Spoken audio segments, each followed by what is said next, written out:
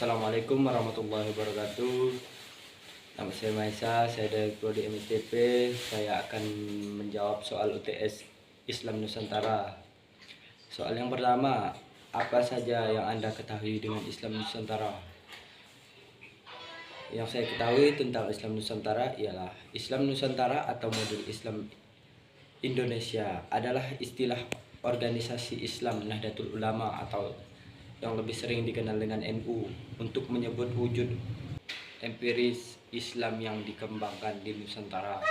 Istilah ini diperkenalkan dan digalakkan oleh NU pada tahun 2015 sebagai bentuk partisipan alternatif masyarakat Islam global yang didominasi perspektif Arab dan Timur Tengah, misalnya Wahabisme dari Saudi. Menurut NU, akar Islam Nusantara dapat dilacak setidaknya sejak abad ke-16 sebagai hasil interaksi, kontekstualisasi, indigenisasi, interpretasi, dan pernaturalisasi terhadap ajaran dan nilai-nilai Islam yang universal yang sesuai dengan realitas sosiokultural Indonesia. Dan Islam Nusantara didefinisikan sebagai penafsiran Islam yang mempertimbangkan budaya dan adat istiadat lokal yang ada di Indonesia di dalam rumusan fikihnya. Dan pada Juni 2015, Presiden Jokowi telah secara terbuka memberikan dukungan kepada Islam Nusantara yang merupakan bentuk Islam yang moderat yang dianggap cocok sebagai nilai budaya Indonesia. Baiklah, saya akan lanjut pertanyaan yang kedua. Bagaimana pandangan NU terhadap Islam Nusantara? Di sini pandangan NU terhadap Islam Nusantara ialah Islam Nusantara dalam pengertian substansialnya adalah Islam yang ahli sunnah wal jamaah yang diamalkan, didakwahkan dan dikembangkan sesuai karakteristik dan budaya yang ada di Nusantara oleh para pendakwahnya. Kata sekretaris lembaga Bahsul Masail PWNU Jawa Timur Ahmad Mustaha di Pondok Pesantren Miftahul Huda Al-Azhar Citangko pada Kota Banjar, Jawa Barat pada Kamis tanggal 27 Februari 2019.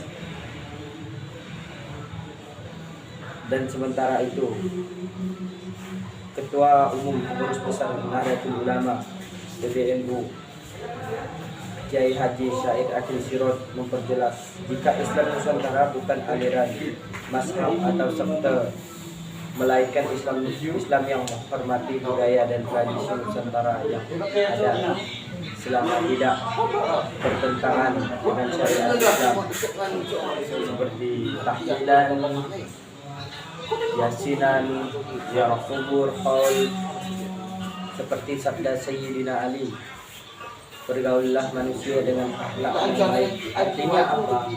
Bergaulilah masyarakat dengan tradisi setempat, contohnya tradisi yang sudah ada, supaya tidak ada konflik, supaya tidak tegang, dan menghormati budaya setempat.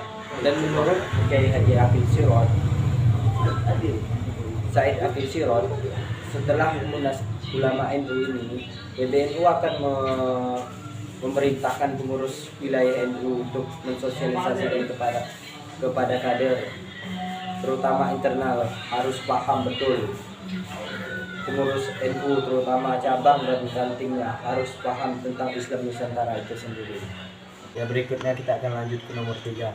Tidak semua umat Islam setuju dengan Islam Nusantara. Coba Anda jelaskan apa saja argumentasi bagi yang menolak Islam Nusantara. Jawabannya ialah MUI Pusat yang setuju dengan konsep Islam Nusantara menyebut penolakan dari ranah Minang itu gara-gara pemahaman yang tidak selaras. Islam Nusantara dia pahami sebagai konsep yang menekankan kekhasan lokal, namun juga tidak menolak unsur universal Islam itu sendiri yang Islam itu sendiri. Islam yang berkembang di kawasan Nusantara punya ciri khusus, yakni tidak berada pada titik ekstrim, melainkan moderat alias berada di tengah-tengah, baik di tengah-tengah masyarakat, di tengah-tengah suku, sosial dan budaya, tidak memihak. Itu selanjutnya itu soal pemahaman yang perlu disinkronkan saja. Maksudnya ya soal pemahaman. Di situ ada pemahaman yang belum sama frekuensinya. Kata Sekretaris Komisi Fatwa MUI Asrorun Niam di kantor MUI Jakarta Pusat pada Rabu 25 Juli 2018. Oke, next kita akan lanjut ke nomor 4. Bagaimana pandangan Anda terhadap orang yang sering membid'ahkan tradisi yang ada di tengah masyarakat? Jawabannya, menurut saya, apabila ada sebagian orang yang perkataannya sering membid'ahkan tradisi, budaya, atau amalan, itu dalam tanda kutip tidak pernah dilakukan oleh Nabi dan para sahabat. Dan para sahabat ini tidak pernah melakukannya. Seandainya itu perkara baik, niscaya mereka telah mendahului kita dalam melakukan hal tersebut. Dan menurut saya, buat sebagian orang yang sering membid'ahkan itu, apakah budaya dan tradisi seperti tahlilan, maulidan, haul, dan lain-lain, itu sebuah perkara buruk dan bisa membuat kita tersesat. Tidak kan? Bahkan hal itu bisa menambah dan meningkatkan rasa dan kecintaan kita terhadap sunnah. Oke, next. Selanjutnya kita akan pindah ke nomor 5 atau nomor yang terakhir. Pertanyaannya ialah, apa sikap Anda apabila ada orang Islam yang suka mengkafirkan, membid'ahkan, atau yang mengharamkan tradisi yang ada di masyarakat? Jawabannya ialah, sikap yang harus kita lakukan ialah menjelaskan dan memberikan pemaparan serta pembelajaran tentang bagaimana kita jangan pernah merasa benar sendiri. Benar sendiri dalam arti merasa kita selalu benar di mata Tuhan, bahwa sejatinya kita itu manusia sama di mata Tuhan, tidak ada yang benar dan tidak ada yang luput dari salah dan silap. Dan juga jangan pernah merasa Islam itu hanya milik kita sendiri. Islam itu milik orang banyak yang meyakini dan mempercayai ajaran Islam itu sendiri. Dan perjuangan menegakkan serta mengajarkan bahwa Islam ini adalah agama yang toleransi, cinta damai, itu juga dilakukan oleh orang banyak. Tidak hanya kita sendiri, baik dari bidang dakwah, syiah, ekonomi, pendidikan, kemasyarakatan maupun budaya dan tradisi.